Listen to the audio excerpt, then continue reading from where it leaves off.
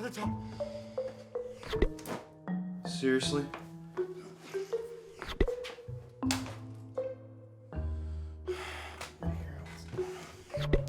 Okay. Oh. Where is it all going? Oh. Please. Yes. Ah. Why is this happening?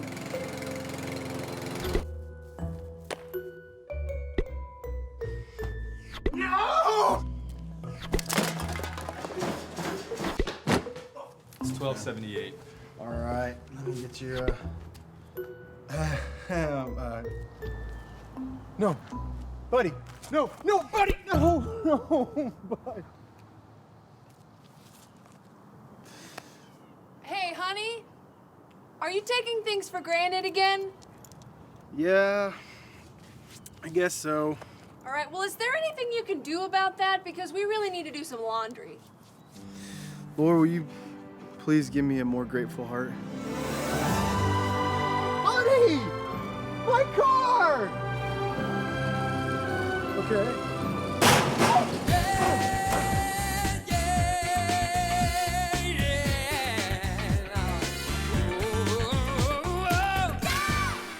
Well, good morning.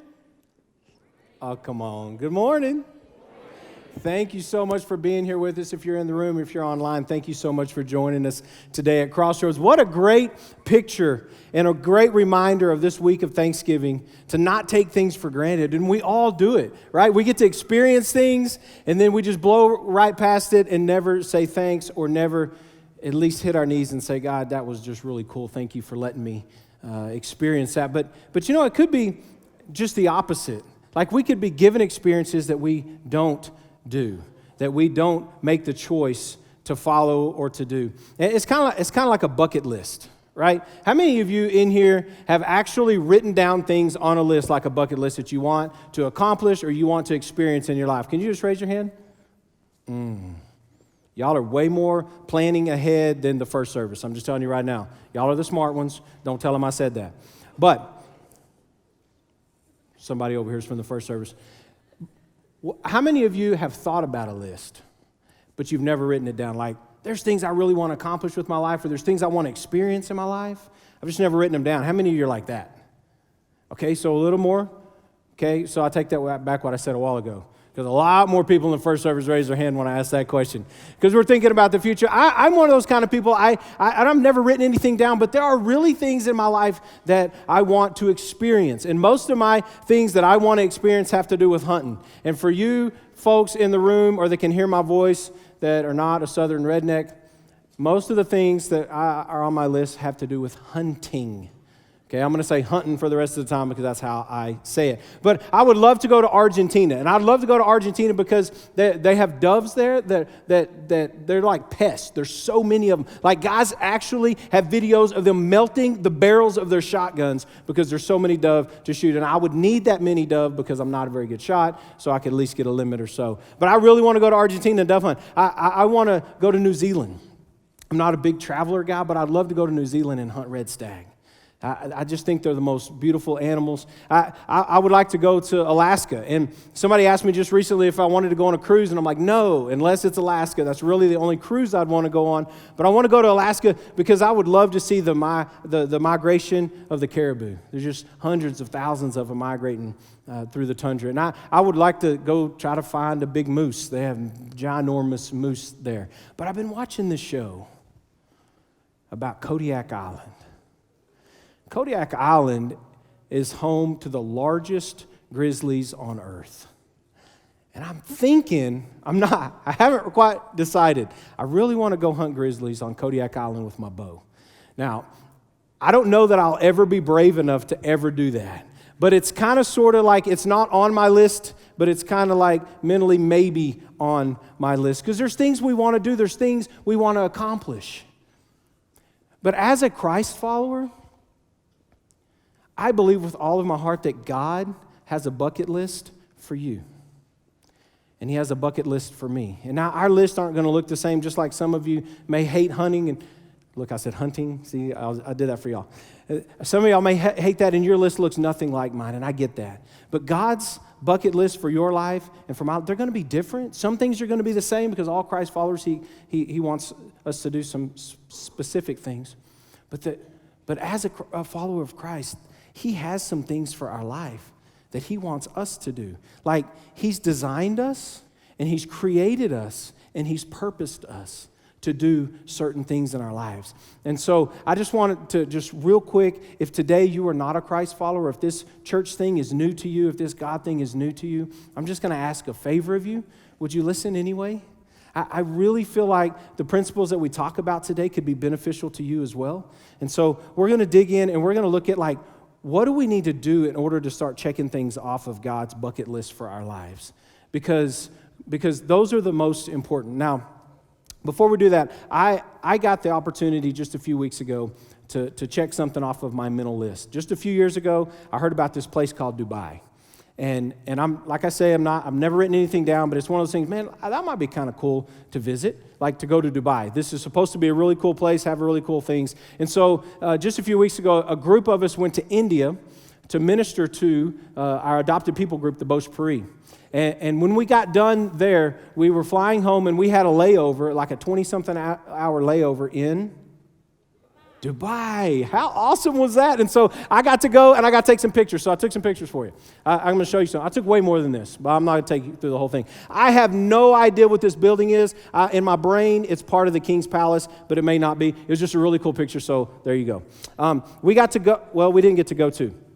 We got to stand on the beach and take a picture of this hotel. This is the most expensive hotel in the world, and so in order to get actually to it, you have to reserve a room, which we didn't do.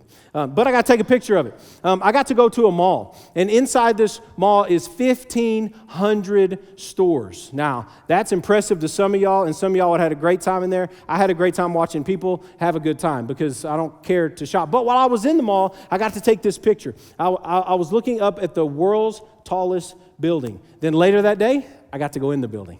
And so this is, I'm in the building looking down, and this is the mall that I was talking about, and they got some cool fountains and stuff like that. I was standing right there taking that picture. I really don't know if that's where I'm standing, but there's glass on top of the roof, so I'm assuming it was something like that. Now, this is just a picture of part of the city, because all the way around, it's either desert like this or it's city like this, because the whole place in Dubai is built like that. It's like a huge downtown area, just way bigger than anything we've ever seen before.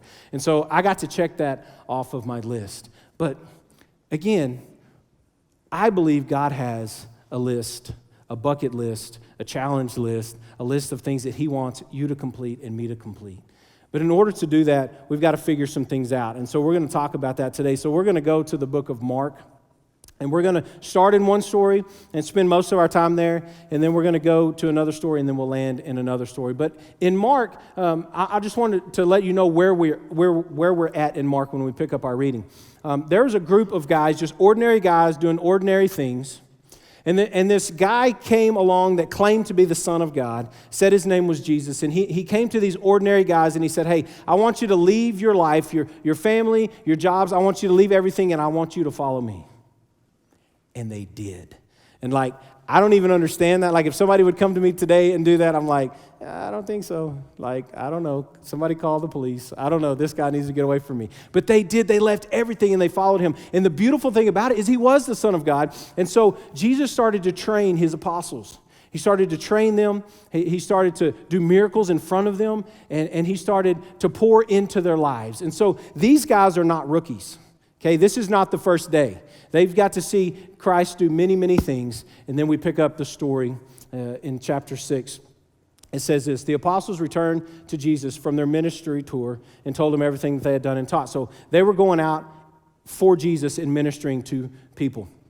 Then Jesus said, let's go off by ourselves to a quiet place and rest a while. He said this because there were so many people coming and going that Jesus and his apostles didn't even have time to eat. Now, I just want to hit a timeout real quick. This has nothing to do with what we're talking about today, but Jesus sets the example here that rest is important. We all need rest. We need physical rest. We need mental rest. We need spiritual rest. And so it's okay to take a time out and rest, to recharge our batteries, because dead batteries are good for exactly one thing: nothing.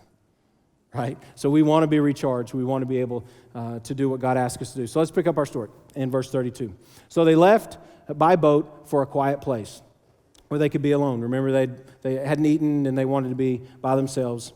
But many people recognized them and saw them leaving, and people from many towns ran ahead along the shore and got there ahead of them. So people recognized them, and they were running ahead, and they were there waiting for them when they got there. Jesus saw the huge crowd as he stepped from the boat, and he had compassion on them because they were like sheep without a shepherd. So he began teaching them many things. I want you to understand that if you and I are ever going to check anything off of our list, the list that God has for us, is we have to understand what Jesus teaches here. We have to be motivated to do something. And on your handout, your first fill in the blank is this: compassion is our motivator. Compassion is our motivator. Just a few weeks ago, I was scrolling through social media, and I saw a picture of some of my friends, and I could tell that they had written something, and it was lengthy because it said read more. You know, you have to click the buttons for it to pop up, and I wasn't in the mood to read more, so I just kept going. But several days later, the same picture popped up again as I was scrolling through. And I could see a comment that somebody had made about the post. And because of the comment, I'm like, oh, I need to go back and read that post. And so I clicked on the read more, and this is what I found. Lady said, I remember the day my world was crumbling around me. I had just spent well over $1,000, maybe even $2,000 on Lortabs. 20 to 30 pills I was taking a day. I was an addict. I'd been to rehab for the last 3 months before I got back on them. I don't remember the date, but I do remember sitting there thinking, what have I done with my life?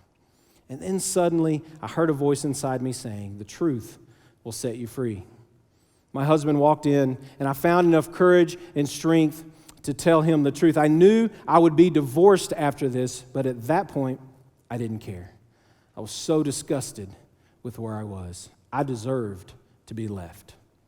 I will never forget the hurt in his face when I told him that we had no money, we owed money, and I was hooked again. I sat there and I waited for him to say those words, get out. He looked at me, and with tears flowing, he said, babe, I've been to prison how many times before I got it right? It's called relapse. It happens to the best of us. For better, for worse, I'm not going to leave you. With that being said, I want to thank God for an amazing, understanding husband who never gave up on me. The key word there is understanding, because the definition of compassion is understanding the suffering of someone else and then doing something about it. And the husband understood the suffering of his wife. Now, I just want you to think for a minute, what would have happened in that situation had the husband not had compassion? I don't know, but we can imagine that he could have raised his voice, he could have yelled, he could have thrown things, he could have thrown her out, he could have divorced her. There could have been some really big things, negative things happen. But because he was motivated by compassion, he looked at his wife and said, I get it. I'm not trying to see this from my perspective, I'm understanding it from your perspective. And I love you, and I'm not going to leave you. I want you to understand that's exactly what Jesus did in the story. Remember, he said, I'm tired and I'm hungry. We haven't eaten. Let's go somewhere where it's quiet. I need to recharge. I just want to be alone. And when he stepped off the boat, he finds this huge group of people once again. And instead of saying, time out, I want to be alone, y'all go away, he understood the suffering of the group of people that was standing in front of him. And he said, okay, I'm here to meet your need. And so he started teaching them to help them understand so they weren't lost. He said they were like a sheep without a shepherd, and so he didn't want them to be lost, because compassion is our motivation. If we're ever going to check that box off on God's bucket list for us, we have to be motivated by compassion. Let's pick up the rest, or another part of our story in verse 35. It says, late in the afternoon, his disciples came to him and said, okay, late in the afternoon, which means he's been teaching all day. So now he's tired, even more so than he was. This is a remote place. That was the whole point. And it's already getting late. Send the crowds away so they can go to the nearby farms and villages and buy something to eat. I want you to understand that the disciples here, they saw the need. They saw the suffering. But at this point, they didn't choose to do anything about it. They wanted them to do for themselves, which we do many times. But Jesus said, you feed them. This ain't going to be good, right? Jesus is saying, no, they see the need, and we're like, hey, Jesus, do something about this, or allow them to go do something for themselves. And Jesus said, no, you do it. And we run into this problem, you and me, a lot. And I love the way that they responded, because it's a way that I would have responded if I was in their shoes, if you think about it. They said, with what? We'd have to work for months to earn enough money to buy food for all these people. What are they saying? We get confronted with this stuff all the time. Jesus says, hey, I want you to do something. And we say, not me. I'm not that guy. I'm not talented enough. I'm not trained enough. I'm insufficient. Whatever this excuse is, I don't have enough, fill in the blank, it doesn't matter. We're confronted with this all the time. Do you know why we're confronted with this? Next on your handout. Faith is our struggle.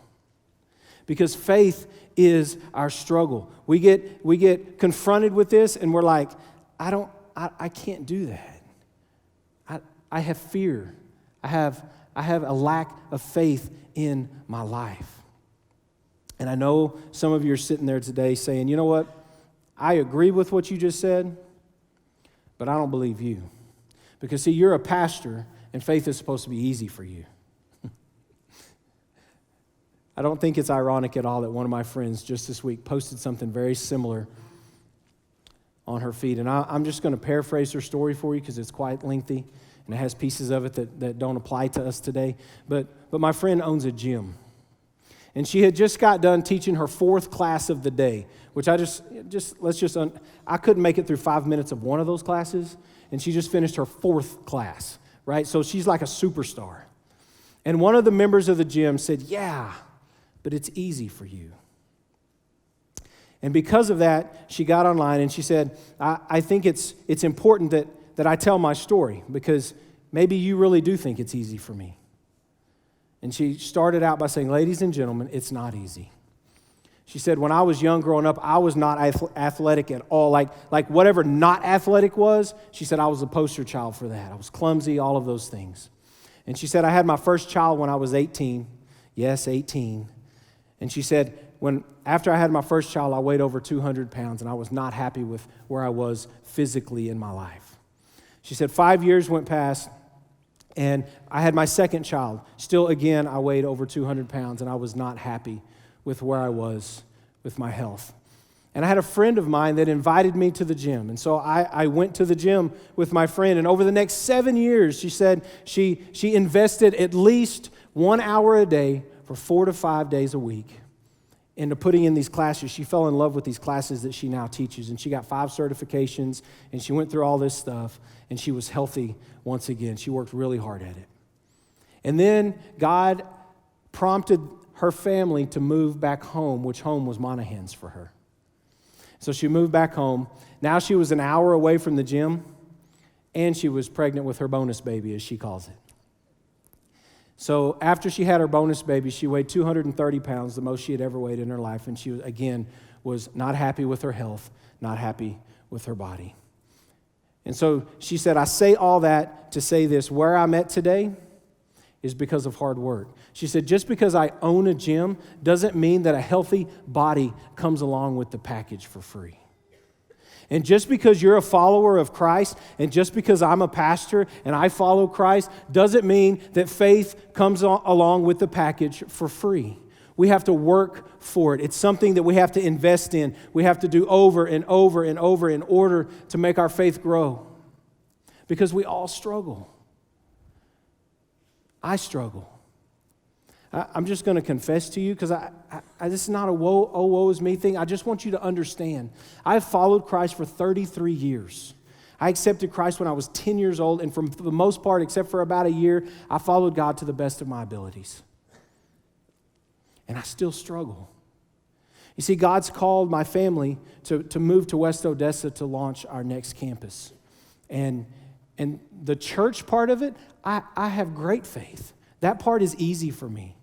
But it's the personal stuff that I struggle with. For instance, I haven't put my house on the market yet because I don't have the faith that we're going to have somewhere to go in between selling a house and buying a house. I haven't even really looked for a house very seriously in West Odessa because I don't have the faith that financially it's going to be okay to buy a house in such a seller's market.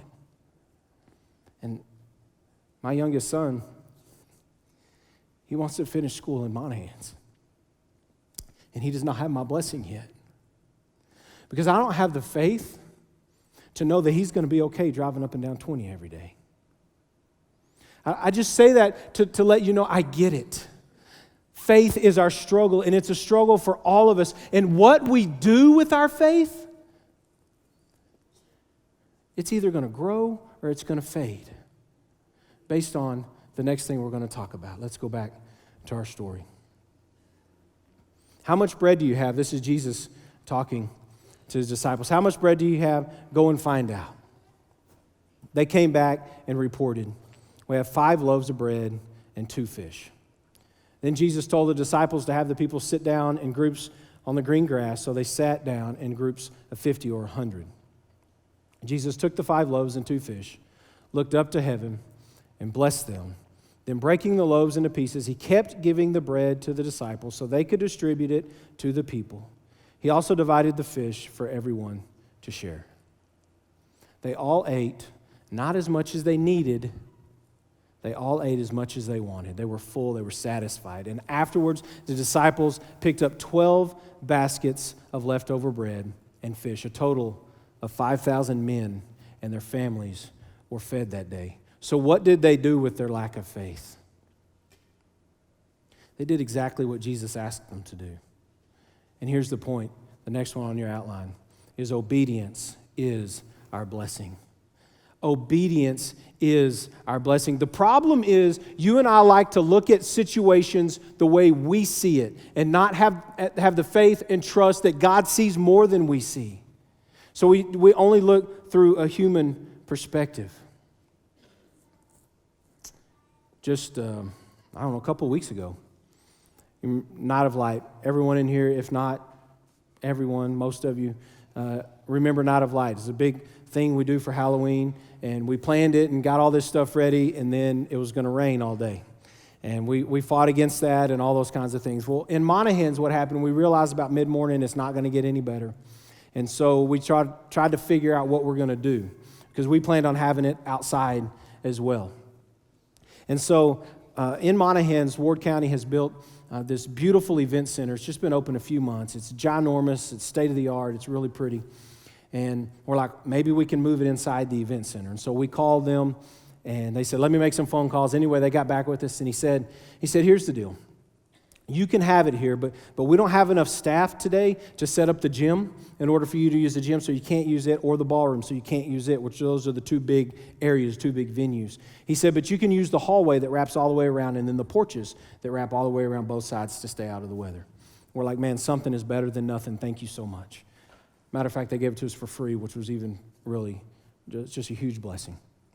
So we started making phone calls and letting everybody know, hey, we've moved the event, and we got together, and it was just a beautiful picture because there's 5 or 6 churches that helped put it on, and some businesses and the chamber, and we all got together, and we had to punt, and it wasn't as great of an event as what we wanted, but we did the best we could under the circumstances for our community, and it was a great night. But at the end of the night, we were cleaning up. We had all the brooms out. We were sweeping. We were picking up trash, emptying trash, doing all the stuff that we could because we knew they donated the building. We want to do our best to leave it better than we found it.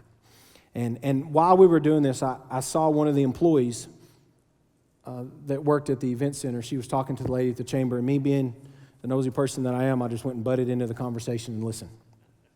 And thanks, Joel. So I listened to the conversation, and this is what I found out. I found out, obviously, we weren't scheduled to be there that night. And so in order for that to happen, somebody had to step up. And this young lady stepped up and said, hey, it's the right thing to do. They're doing it for the community. I'll stay extra, and I'll stay tonight, and I'll help clean up and lock up, and I'll do all those things, and I'll manage the facilities. And so knowing that she had done that on her own, God prompted my heart. He said, Isaac, you need to do something for that girl. And so I went to some of the folks that were cleaning up, and I said, hey, here's the deal. This young lady has stayed all these hours, and she's still here. She's missed time with her family, all that, just so we could put this event on, and we need to do something for her. Can we just put together some money and just give her a tip? Can we do something like that? And everybody's like, absolutely. And so they're pulling out their wallets, and literally cash is just slapping in my hand, just coming in. And I was like, man, this is going to be awesome. We're going to be able to bless her. And then it was my turn, because everybody else had handed it to me, so now it's my turn. I pull out my wallet, and I looked, and I had $3. I'm like, that's not even cool. But some of you understand what I'm about to say. I had money in my stash. I got this little pocket in my wallet that no one knows about. And when I get extra cash, that's where it goes. And so I have it when I need it. And I knew that this week, just tomorrow, we'll leave and go to San Angelo, and we'll spend the week with my in-laws. And that takes money. And so that's what I was like, hey, I'm going to save that for Thanksgiving. And so I put it in there, and it was a $100 bill. And here's my lack of faith. I'm like, but God, you know what that's for. And he said, Isaac, you need to bless that girl.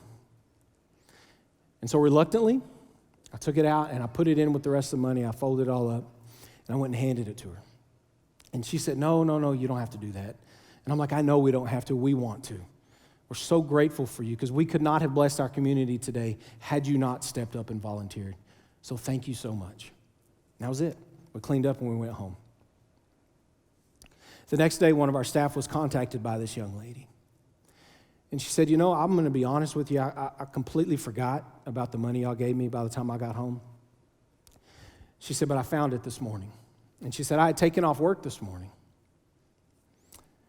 And here's the whole story. What you didn't know is 2 years ago, I lost a child. And she said, we decided to donate the organs so other children could live from our child. And she said, I took off work today so we could drive to Lubbock, because they're doing at the hospital a celebration of life, thanking us for offering our child's organs to other people. And so they were going to have a celebration. She goes, what you didn't know is my husband and I had $40 to our name. And we didn't know how we were going to get there. We didn't know how we were going to eat. We didn't know any of those things. She said, but because of the amount that you gave us, not only are we going to get to go, we're going to get to celebrate the life of our child. And she said, that's a huge blessing to us, and I don't want to belittle that at all. She said, but even bigger than that, she said, 2 years ago when we lost our child, my husband became very angry with God and very hard-hearted towards God. And she said, for the first time in 2 years, I saw his heart soften because of what you did. Just wanted to say thanks. And I'm like, the staff member shared that with me, and I'm like, oh my goodness, open up my wallet and throw all the money out. Give it to somebody, because you can't manufacture those kinds of blessings. You can't do it. Those are blessings that only come when you have compassion and you choose to do something about it, and you fight through your lack of faith, and you obey what God has to say, and that's where we get our blessings. I would not trade that blessing for anything in the world. She got blessed, but she didn't get blessed near as much as I did. So the first thing I did after I celebrated is I called every person that put a penny in my hand, and I said, look what you did. Look what God did through you, because you were obedient to what He had for us that night.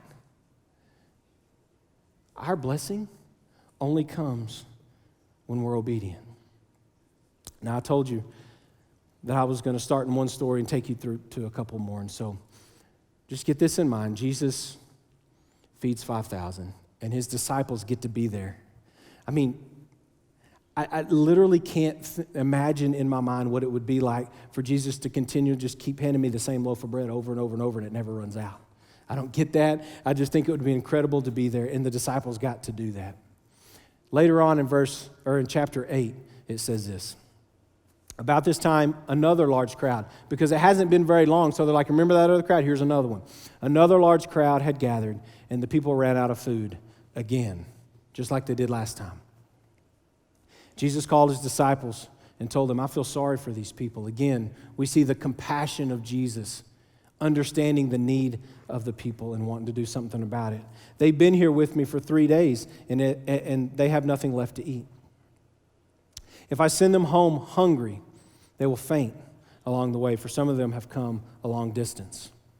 His disciples replied, can you imagine? I would be this person. I just want you to know.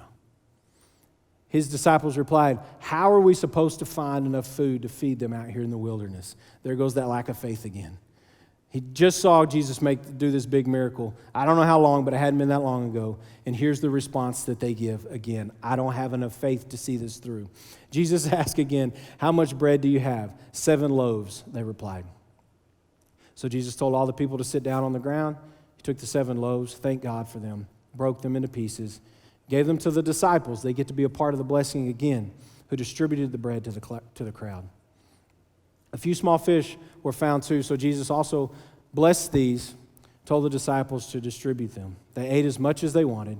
Afterward, the disciples picked up 7 large baskets of leftover food. Now, I want you to understand that they feed the 5,000 and the disciples get to be a part of it. They feed the 4,000 and the disciples get to be a part of it. And immediately following feeding these 4,000 people, Jesus and his disciples get on a boat. And they set off into the ocean, sea, lake, whatever. They're on the water. And Jesus makes a comment to the disciples about the yeast of the Pharisees. And Jesus was talking about the teaching of the Pharisees, and he's warning the disciples to look out for it. But all they hear is the word yeast. And so they think he's talking about bread. And so they start freaking out. They're like, okay, we don't have enough food. Let's do the inventory. I know if we go to Jesus and ask him, hey, we're hungry, he's going to say, what do we have? And so let's just do that before he even asks us. And so they go and they look and they have 1 loaf of bread. And they start freaking out. What are we going to do? What are we going to tell the Son of God? We forgot to bring lunch. We had 7 baskets left over. We didn't bring one of them. I mean, they don't know what they're doing, and they start freaking out. And Jesus knows the conversation, hears the conversation, and he comes up and he confronts them. And this is what he says to them. I think it's down in verse 21. He says, don't you understand yet? Don't you understand? Do you not get it? And then I love what he does. He makes the disciples answer some questions. He says, do you remember when we had 5,000 people to feed plus their families? What did we feed them with? And they told him. And how many baskets left over did we have? And they told him. He said, and then you remember just a few minutes ago there were 4,000? And how much food did we have to start with? And they told him. How much did we have left over? And they told him. And he said, do you not get it? Do you not yet understand? Like, I'm not even talking about bread, but if I was, 1 loaf would be plenty for 13 of us because I'm on board. This is not a big deal for me. You just saw my Father's going to help me out. We're going to have to do another miracle if that's what it takes. Do you not get it? And he teaches us a beautiful example here. The way we can move forward in our faith and the way we can move forward in our obedience is lastly on your handout. Is because remembering is our confidence. Remembering is our confidence. How do we have confidence to follow what God has asked us to do? We look back and see what he's already done. Jesus is saying, look, we fed 5,000, we had more left over than we started with. We fed 4,000, we had more left over than we started with. He said, you've just seen the miracle. And if you need confidence to know that it's okay just having 1 loaf of bread, just look backwards. Look at what I've already done. And he says the same thing to me and you today. God has called us as a church, Crossroads, to reach the entire Permian Basin. And our next step as a church is a West Odessa location. Do you know I can stand here in full confidence knowing that it's going to be an incredible venture and God's going to do some incredible things without any doubt? Do you know why I can say that? Because I look back. 75 years ago, someone had the faith and the obedience to start a church, the compassion to start a church in Odessa. A few years ago, a group of believers had the faith to move to this location where we're celebrating and worshiping God today.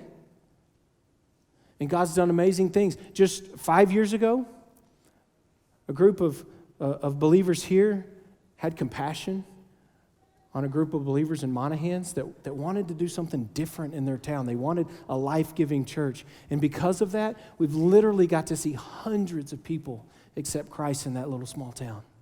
Hundreds of families restored. Hundreds of people come back to Christ. Just a few years ago, we did it again in Andrews, and every single day there is life change in Andrews because of the obedience of the people of Crossroads. And he's calling us again to step out and to do something we're not really sure. We can't see the whole picture if we look through our eyes. But we just sang it just a few minutes ago. His promise still stands. Not great is our faithfulness, great is his faithfulness. He's never failed us. He's not going to start today. And so I just want to ask you, I want to give you an opportunity specifically to West Odessa. If God is calling you to help launch that campus, maybe even to move and that be your main campus, that's, again, what my family's doing. Roger's here today. His family moved from Abilene to do this. Bigger steps than we have to take. But if God's calling you to do that, let me just ask you, do you have compassion for West Odessa? Do you understand the suffering of the people there? You should, because at one point you were them. At one point you didn't know Christ. At one point you were like sheep without a shepherd. Can you have the same compassion Christ had? Christ had compassion on them, just like he has compassion on us. He went to a cross and died for us. Do you have compassion? Can you fight through your lack of faith? Because I've never done that before. I've never done that position before. I've never launched a campus in West Odessa either. Can you obey him with confidence, knowing that looking back what he's already done, what he's going to do? If that's you, I'm going to ask you to do two things today. Inside your handout, very simply, is just a card. It says text CRWO to 77453. You can do that right now. I'm not going to be offended at all if you get out your phone. Matter of fact, if you start texting right now, I'm going to be excited. So it's okay. You can text that. But more so than that, I would love to meet you face to face. And so when I'm done in a minute, we have a table in the lobby. Roger's here. He's the West Odessa Associate Campus Pastor. My wife's here. She's going to be at the table. And as soon as I pray, I'm going to run around, okay? And I'm going to be there. I'm going to be there because I would love to meet you and love to cast this vision with you and love to serve alongside you. So you do one of those two things. Do both of those things. That'd be awesome. But here's the deal. We're all here today, and you're like, hey, God's not calling me to West Odessa, and that's okay. God's calling you to do something. Every person in this room has a box that needs to be checked off on God's list for you. And so I ask all of us, will you have the compassion of Jesus? Will you understand the suffering of whoever God's calling you to minister to and not look at them and say, well, they shouldn't suffer like that because I don't. Just understand their suffering. Put yourself in their shoes. Can you do that today? Can you grow your faith by obeying? Can you look back and have confidence? You see, this is not a linear process. It's a circle. We have compassion. We want to do something about it. We struggle through our faith, and then we obey, and then we grow confidence because of what God just did, because we can look back, and then we do it again, and then we do it again, and we do it again, and that's how we grow our faith. Now, one thing I didn't tell you in the first story, the book of Mark does not tell us this, but another gospel does. And I'll tell you this and I'm done. When the disciples went out to see where the food was at, they found one young man with 5 loaves of bread and 2 fish. We don't know his name, insignificant, whatever you want to call it. And he gave up his food to feed everyone. Now, I just want you to understand, put yourself in his situation for a minute. Like, when my son comes to me after I ordered a number 1 at Chick-fil-A with extra pickles, because that's what you do, because that's the best way to order it is with extra pickles, and my son says, hey, Dad, can we share? Nope. Because there is not enough to go around.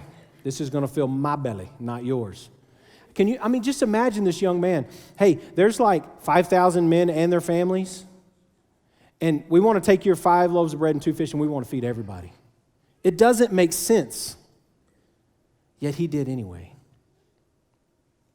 So here's what I want to leave you with. You bring what you have. Trust God to bring what you don't. Would you pray with me? God, I'm thrilled to be your child. God, I'm thrilled to get to see you work in people's lives each and every day. But God, just like every person in this room and online that can hear my voice today, we struggle. God, we struggle having compassion, and even if we have compassion, sometimes we struggle with the faith to obey. So God, would you help us today?